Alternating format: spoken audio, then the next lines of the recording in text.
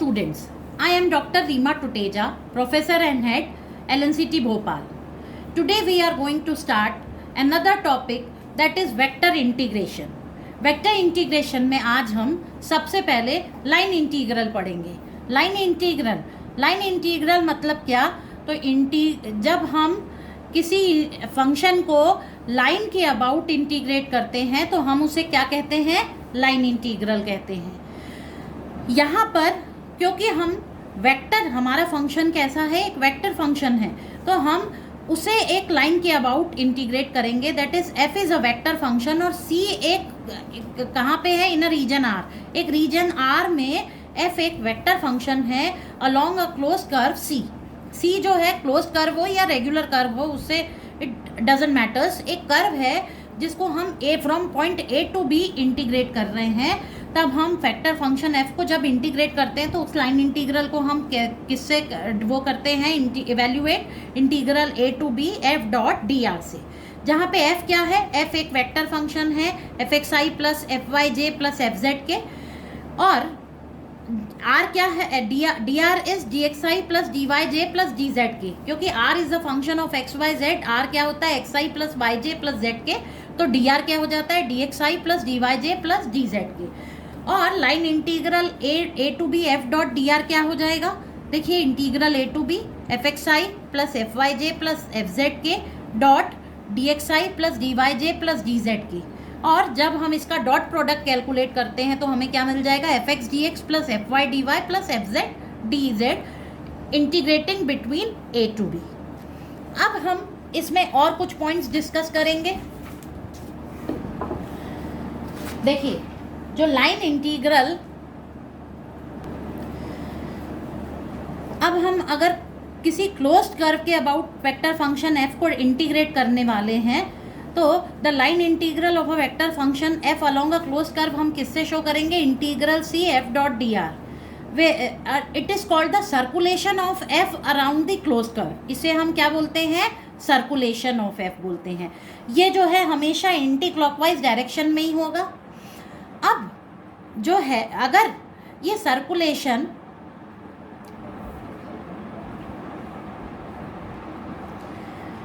अगर circulation F dot D R की value suppose 0 होती है ना, circulation F dot D R अगर हम कैलकुलेट करें, अगर वो 0 होता है तो हम क्या बोलते हैं कि एफ इज ए रोटेशनल. मतलब कि एफ में कोई रोटेशन है ही नहीं. एफ को हम क्या बोलेंगे? ए रोटेशनल. हमने ए रोटेशनल का कॉन्सेप्ट वेक्टर डिफरेंशिएशन में भी पढ़ा और यहाँ पे भी हम पढ़ रहे हैं. डेफिनेटली अगर जो circulation F dot D R की वैल्यू ही 0 है तो वो वेक्टर फंक्शन कैसा कहलाता है? ए रोटेशनल कहलाता है. अगर कर्व पैरामेट्रिक इक्वेशन के फॉर्म में दिया है, मींस एक्स जो है टी का फंक्शन है, वाई टी के अबाउट एक फंक्शन है और जेड टी के अबाउट, तब integral A to B F dot D R क्या हो जाएगा? T1 to T2 F X T D X by D T plus F Y T D Y by D T plus F Z T D Z by D T of D T. जहाँ पे T1 और T2 are the values of the parameter T at point A and B respectively. The line integral from B to A अगर हम निकालेंगे जो line integral B से, तो वो क्या हो जाएगा? Negative of from A to B. That is integral A to B F dot D R is equals to minus of B to A F dot D R. Circulation बदल गया. अगर हम इसे इस डायरेक्शन में कैलकुलेट कर रहे हैं फ्रॉम ए टू बी, तब अगर हम उसी लाइन इंटीग्रल का डायरेक्शन चेंज कर देंगे तो क्या हो जाता है? Minus sign. बस हमारा जो है माइनस साइन हमको यूज़ करना पड़ता है इंटीग्रल को इवेल्युएट करने में. और एक और important point, work done by vector F during the. अब हम एग्जाम्पल सॉल्व करेंगे. Evaluate integral C F dot D R where F is equals to X square Y square I plus Y J and the curve C is Y square is equals to 4x. Parabola की equation दी है in the X Y plane from 0 0 to 4 4. अब हम इससे function को integrate करेंगे इस parabola जो कर्व है उसके अबाउट. तो कैसे करेंगे? देखिए, अब क्योंकि एक्स वाई प्लेन है तो आर इज इक्वल्स टू क्या हो जाएगा? X I plus Y J. That is D are is equals to D X I plus D Y J. Okay, अब integral C F dot D R हम evaluate करेंगे, क्या आ जाएगा, integral C X square Y square I plus Y J dot D X I plus D Y J. Okay, now dot product find करेंगे, X square Y square D X plus Y D Y. Integrals को separate कर लेते हैं क्योंकि एक integral x के respect में integrate होगा, एक वाई के रिस्पेक्ट में, तो ये आ जाएगा X square Y square D X plus integral C Y D Y. Line integral है, जब हम एक्स के रिस्पेक्ट में इंटीग्रेट करेंगे तो हम यहाँ पे हमें सब्सटीट्यूशन गिवन है पैराबोलिक इक्वेशन से कि अबाउट करना है। तो अब यहाँ पर देखिए क्या गिवन है, Y square is equals to 4x where x varies from 0 to 4, correct, और y भी कैसा वेरी कर रहा है, y वेरीज फ्रॉम 0 to 4। ये क्वेश्चन में हमें गिवन है 0 0 to 4 4। जब x वेरी करता है, ये x वेरी कर रहा है फ्रॉम 0 to 4 और ये y कोऑर्डिनेट है तो y very from 0 to 4। Okay, अब हम क्योंकि x के रिस्पेक्ट में इंटीग्रेट कर रहे हैं तो हमें क्या करना पड़ेगा, जो y का फंक्शन गिवन है इसको x में चेंज करना पड़ेगा। तो हमें क्या मिल जाएगा, f dot D R is equals to integration 0 to 4, x के रिस्पेक्ट में limit 0 to 4, X square into Y square is 4x dx plus integration, अब y के रिस्पेक्ट में भी क्या आ जाएगा, यहाँ पे y का ही फंक्शन है अकेला तो हम क्या लिखेंगे, y varies from 0 to 4 y D Y. Now in क्या बन जाएगा फंक्शन, 4 बाहर आ गया इंटीग्रेशन से, X cube D X plus integration 0 to 4 y D Y. Integrate कर देंगे हम X to the power n का इंटीग्रेशन क्या होता है, X to the power n plus 1 upon n plus 1, तो this will be X to the power 4 upon 4 from 0 to 4 plus Y square upon 2 from 0 to 4। Limit put करेंगे हम, यहाँ 4 से ये वाला 4 कैंसिल हो गया, यहाँ पे 4 टू द पावर क्या आ जाएगा, 4 minus 0, lower limit is 0 plus 1/2। Now this is 4 का square upper limit minus lower limit is 0। What we obtain is 4 to the power 4 कितना हो जाएगा, 256 plus, now this is 16 upon 2 which is equals to 256 plus 8 और ये हमारा answer क्या आ जाएगा, 264।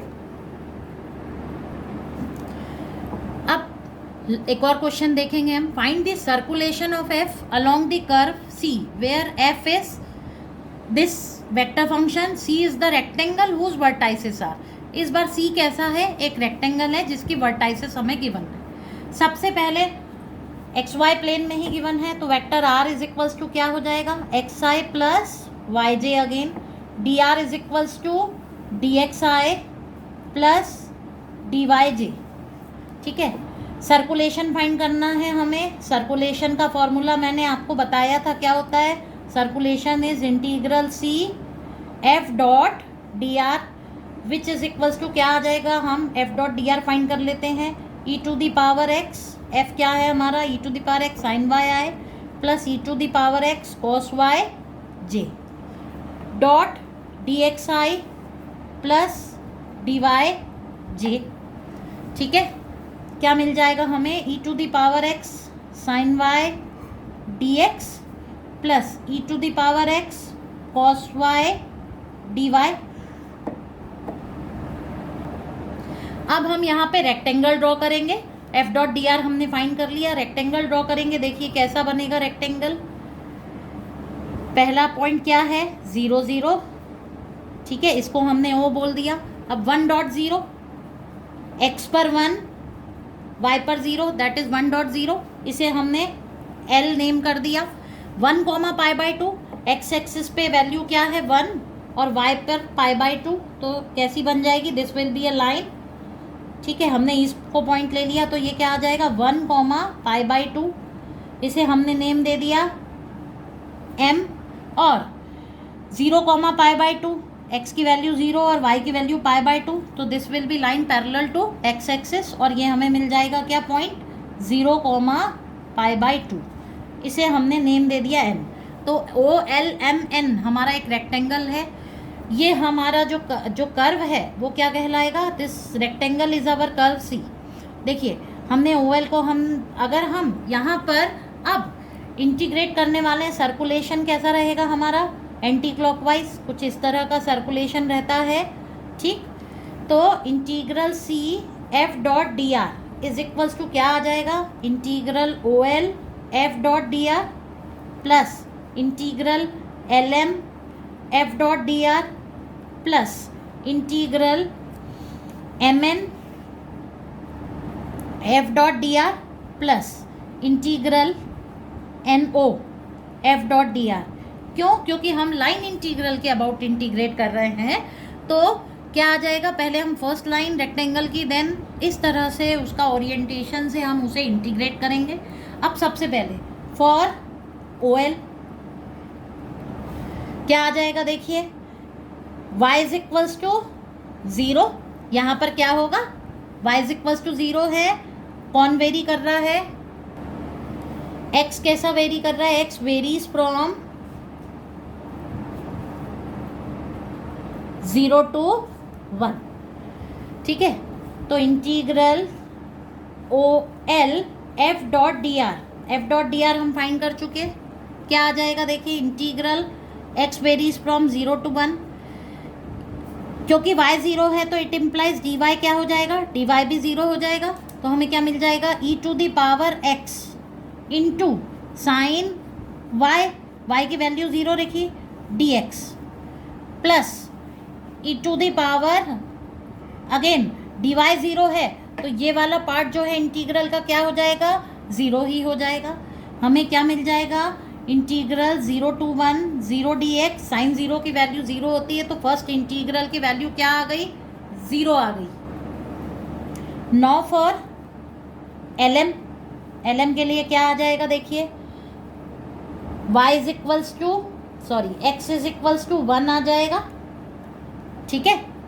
x is equals to 1 and y varies from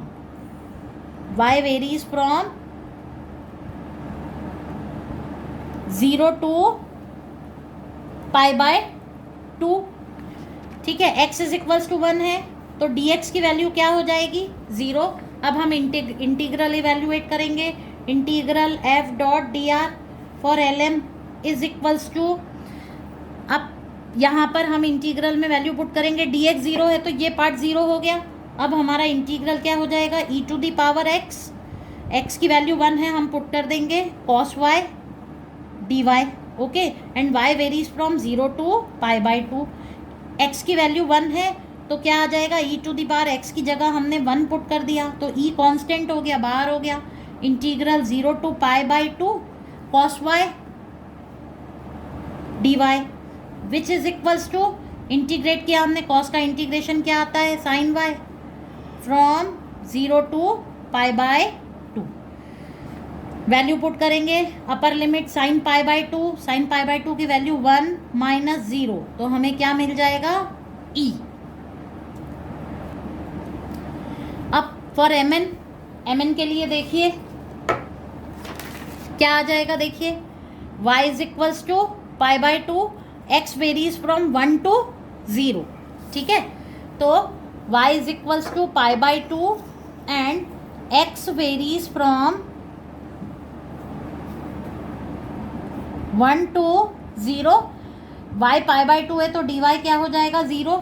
अब हम इंटीग्रल इवेल्युएट करने का, इंटीग्रल F.cr, f की जगह mn कर रहे हैं हम, इज इक्वल्स टू, देखिए integral 1 to 0 e to the power x into sine y की वैल्यू क्या पुट कर दी हमने, पाई बाय 2 dx प्लस 0, क्योंकि dy की वैल्यू 0 है। इस इंटीग्रल को इवेल्युएट करेंगे, 1 to 0 sine pi by 2 is 1, तो e to the power x dx will be there, integration e to the power x from 1 to 0 which is equals to e to the power 0 minus e to the power 1, okay. तो e to the power 0 is 1 minus e, हमें ये value मिल गई for mn। अब similarly हम क्या calculate करेंगे, हमारा last line that is क्या आ जाएगा यहाँ पर, x is equals to 0 and y varies from π/2 to 0। तो for NO x is equals to 0 implies dx is equals to 0, y varies from